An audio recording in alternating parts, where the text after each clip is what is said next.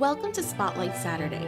On today's special episode, we're going to interview an amazing guest. This is Nicolás Miranda, an ocarina player, multi-instrumentalist, composer, and music educator, whose piece, Tliltimiztli, is premiering at the Mesquite Symphony Orchestra on Saturday, October 28th. By the way, if you're watching this on the 28th, you can buy virtual tickets to this concert at www.mesquitesymphony.org to watch anywhere.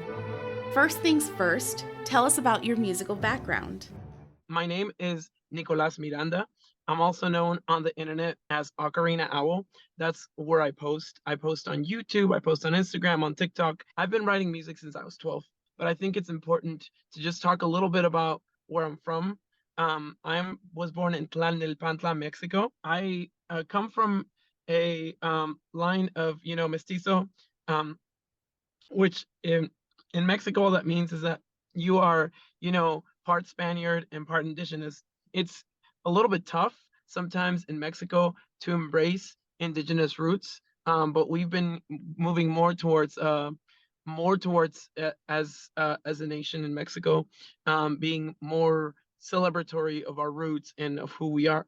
The specific tribes that are in my family heritage are Purepecha and Aztec, and those are like really closely tied to the state of Puebla, and also closely tied to Tlalnepantla, which is not in the state of Puebla, but it's close to Mexico City.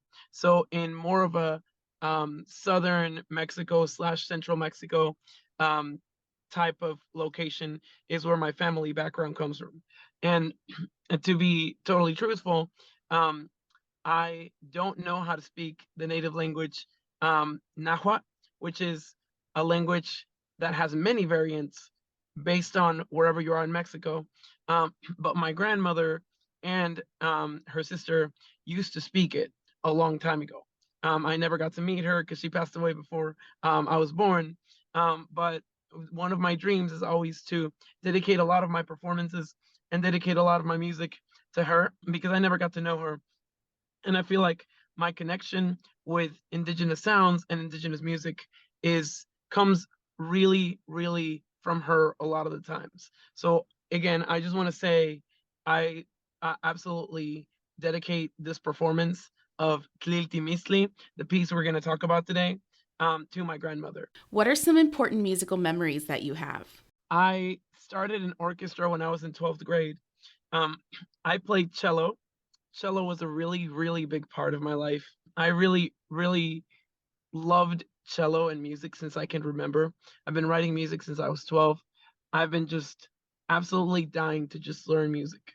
But in my life, because my parents were immigrants, there wasn't a huge ability for me to be able to be a part of anything musical. I was never able to have piano lessons. I was never able to have guitar lessons. We were just really working on surviving. We were working on trying to make things work. The most significant thing that happened to me was in 6th grade when I was offered the opportunity to play in orchestra and choose cello as an instrument. During the summer of my 6th grade year, I had gone through the first year of beginning orchestra, and I was so excited to come back as a 7th grader, having played 1 year of beginning orchestra, starting with my bow and just practicing a lot. And then my family got removed from the country. We didn't know if we were going to come back to the United States. That was just such a difficult position that I was and my family was in. It was just so difficult. I remember we had to stay in a 1-bedroom apartment, like all 6 of us, and it was just not fun for that whole summer. I remember thinking, am I ever going to get to do music again? Am I ever going to get to play cello again? And I took a lot of comfort in just reading the Harry Potter series because it was out at the time. And I remember reading those books and thinking, wow, like Harry gets to go to Hogwarts, and it's like, his secret little wizard thing. And I always really just thought that music for me was that, I just connected with that on a really personal level because music was my go-to. It was my way to not stress out about life. It was my way to feel like I could express myself. I feel like so many kids and so many young youth and young people feel that way today, and that's why music programs and orchestras are so important. So honestly, I followed my dreams. I became an orchestra teacher, and that's one of my favorite things. That not only am I a composer, but I get to have my dream job of teaching other kids and other youth what it means like to and what it's like to be able to pursue their passions and pursue music in orchestra.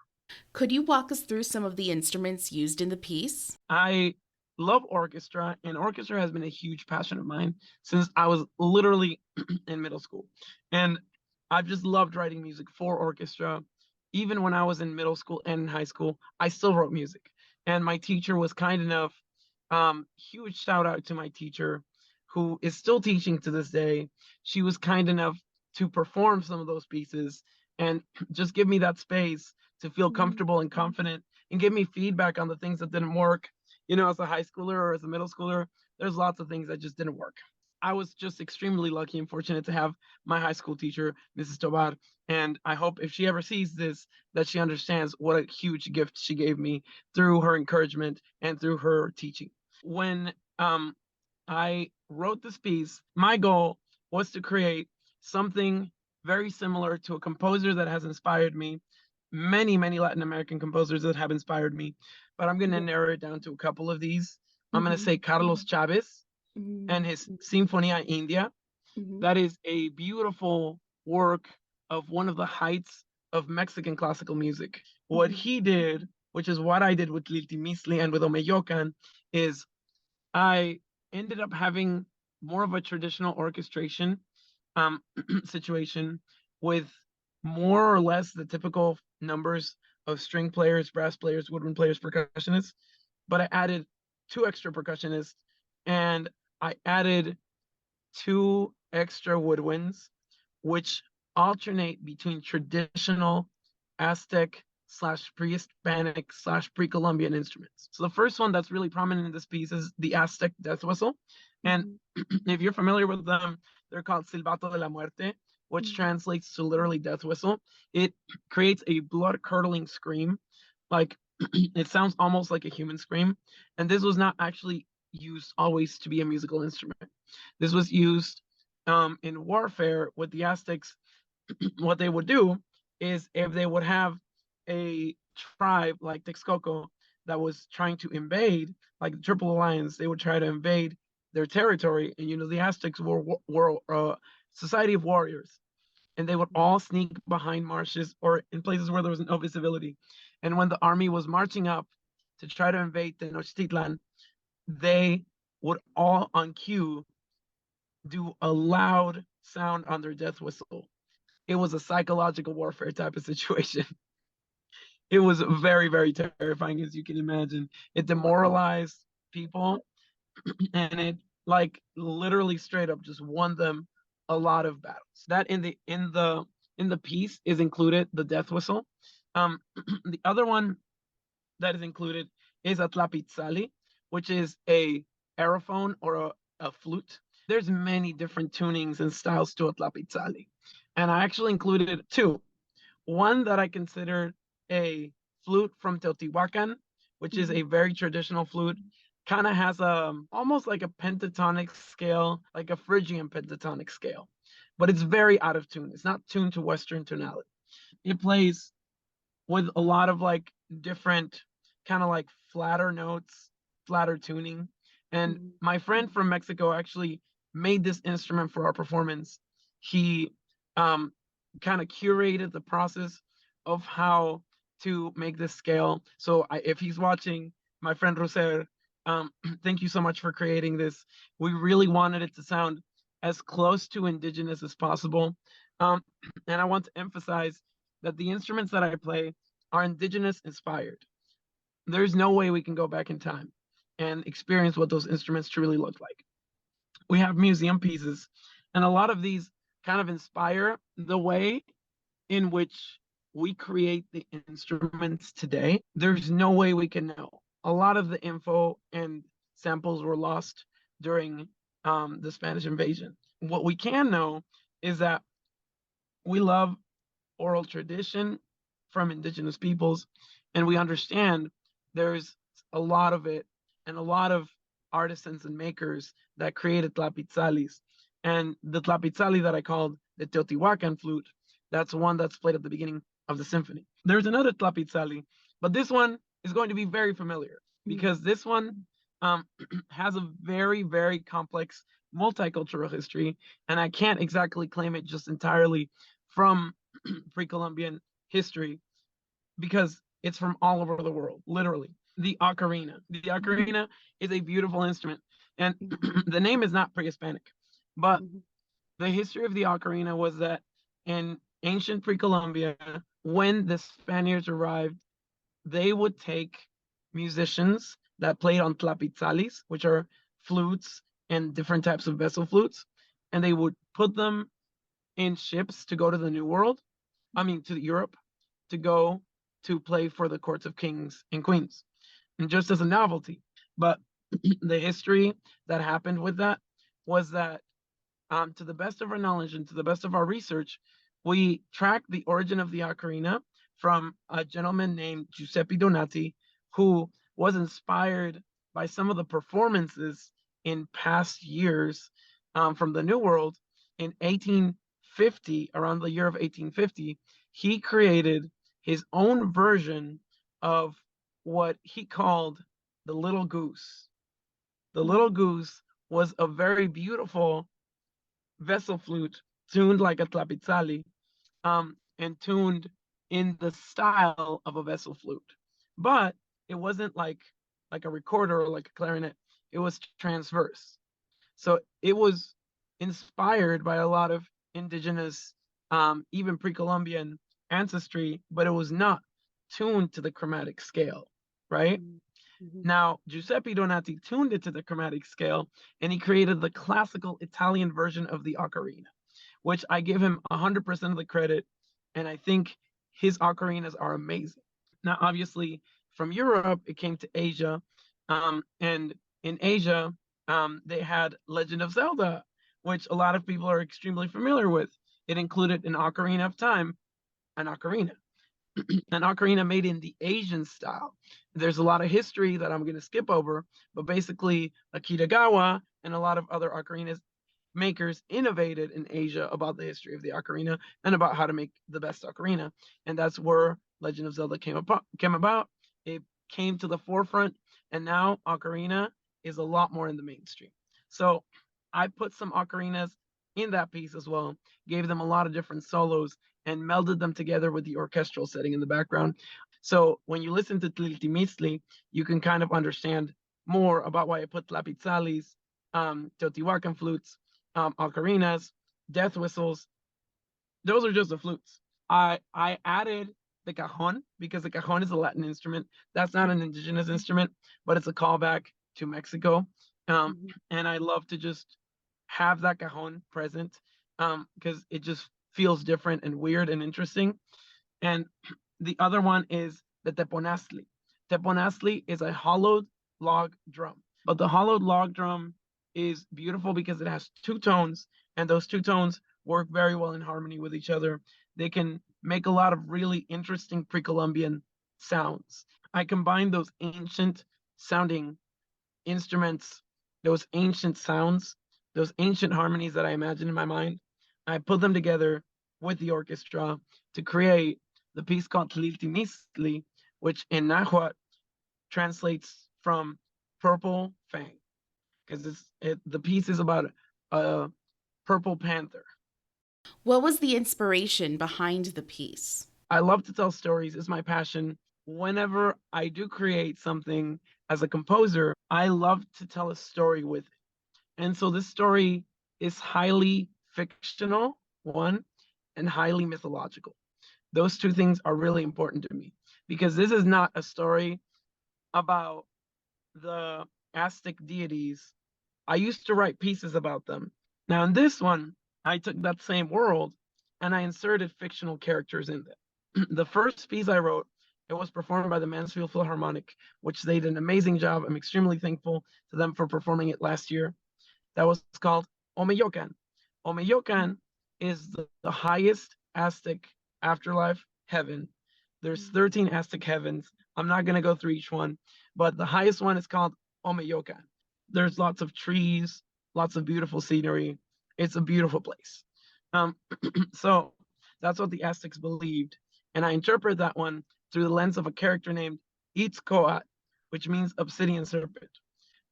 His journey was to try to find corn, because corn is sacred to the Aztecs, and to find it in the highest heaven. And so the all four movements of Omeyocan dealt with the spiritual themes of the Aztec 13 heavens. Now, Tliltimiztli is the exact opposite of that. It deals with the 9 levels of the underworld. And so that's that same fictional character, Itzcoat, he delves deep into Aztec spirituality with all 9 levels of the underworld. You can't think about it the same way as, we think about heaven and hell, because it's not the same. The underworlds were ways in which, after life left your body, your spirit would once again, like your spirit would be cleansed of your body, and you would just go back to being a being full of spirit. But the 9 levels of the Aztec underworld start with a really, really interesting level where you have to cross a river. And I find that really interesting because there's a lot of cultures where you have to cross a river, like crossing the river Styx and things like that. And in this river, if you were kind to dogs in your life, there was a Xoloscuintli, that's a hairless dog that was sacred to the Aztecs, would guide you, would be your spirit guide. If you were not nice to dogs, you would be stranded there for all eternity. After that, 8 more tests, you had to pass crushing mountains, arrows, wind that could cut your face, like stuff like that. One of the things that I found extremely inspirational was the entire spirituality, the 4 directions, and just understanding the journey that a soul has to go through to get to either the 13 heavens or to go through the 13 underworlds to become a spirit being one more time. And I find that so absolutely fascinating, interesting, that I just had to put a fictional character in there in my story, in my mind, and then have them go through it and then interpret that through music. What are some changes you would like to see from orchestras around the country? I find that it's extremely challenging, and I don't think there's a lot of people to blame for this, but it's a structural thing. It's extremely challenging for composers and performers of color to be able to be a part of orchestras or be able to be a part of the orchestra world. I think one of the most incredible things that is happening now, and like you mentioned, is the orchestra world is being open to becoming more diverse. I understand a lot of the reasons why it's important to keep traditions, because keeping high standards is important for orchestras. And I agree that we should play in an extremely musical setting where music should be and musicianship should be the priority. But I also understand that, especially because of where I work at a primarily Black and Brown community. The majority of my kids speak Spanish like me. We're like 20 miles down the street, where the other schools that have a different demographic and have more affluence in that neighborhood, they are able to get private lessons since they were 10 or 12. The only opportunity that was ever extended to me was that from my cello teacher, who was an amazing saint of a person who, despite me not being able to afford private lessons, she could see that I had a burning passion for music. And she would stay after school once a week to try to teach me something on cello. If we could invest a lot of money in music education, especially for those communities that are underserved, so there's a way, a path for Black and Brown kids to become part of the orchestra world. I really do believe it starts with music education. I think symphonies are doing an amazing job of being inclusive in a lot of areas, but Tliltimiztli is a highlight of my orchestra experience that day, because it's something that I've worked on for very long. So a change in the orchestra that I want to see the most is just the much more inclusion of different cultures in different ways.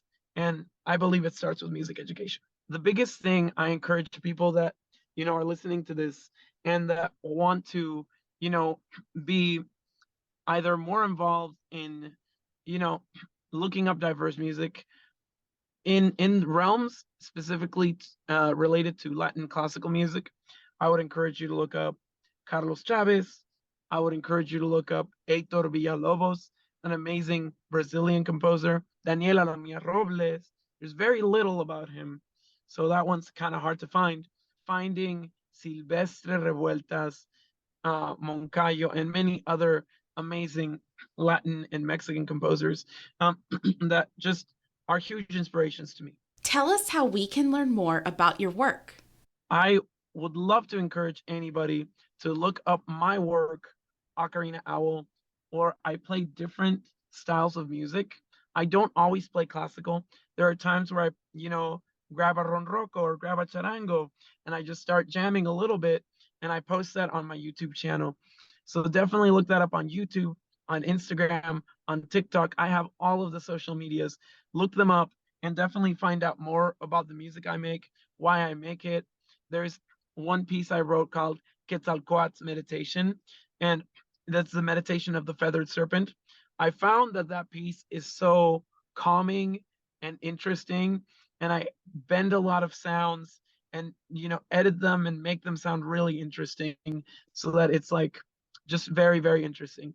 I do a lot of ocarina performances, so if you're interested in finding out ocarina music, definitely look up my page and look up page on Facebook, Global Ocarina Community. I started that page. That page has over 2,000 people now. It's a really beautiful community. We recently had a United States national meetup, and like over 50 people came. It was an amazing, amazing experience, and it was just such a celebration of many, many cultures and the ocarina, and it was so incredible. I would encourage you in terms of Tliltimiztli and the piece that I'm talking about that I'm doing this interview for. If you would like to listen to that piece, I encourage you to look it up on YouTube, because if you're listening to this after the fact, I probably have uploaded it to my YouTube account. If you're still in time and it's not October 28th yet, that's this Saturday, I would encourage you to support the Mesquite Symphony by buying a virtual ticket. They're not super expensive. Buy a virtual ticket, watch the concert remotely if you're not local to the Dallas area. If you are local to the Dallas area, come say hello. I would love to see you, and I would love for you to be a part of this show so I could, after the program, say hello to you and you could tell me anything you want or ask me anything you want about the questions of the instruments or anything else like that. Obviously, you're always welcome to reach out by comments or by my personal email if you want to. Miranda Ocarina, that's my last name, mirandaocarina@gmail.com. Please feel free to write me any notes or messages you want if you have questions.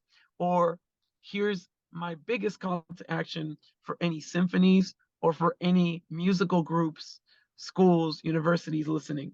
I would love to write a piece and get a commission started for your musical group. And I would absolutely be honored to work on a simple or extremely complex composition for the needs of your ensemble. So even if it's a school group, I do write for middle school groups as well, because I believe young musicians deserve great music to perform. If you have a need for a composition for your group, no matter how small, no matter how big it is, please definitely contact me, mirandaocarina@gmail.com. I'd be extremely delighted to hear from you and hear what you are thinking about, or if you'd like me to just come up with something, I can also do that.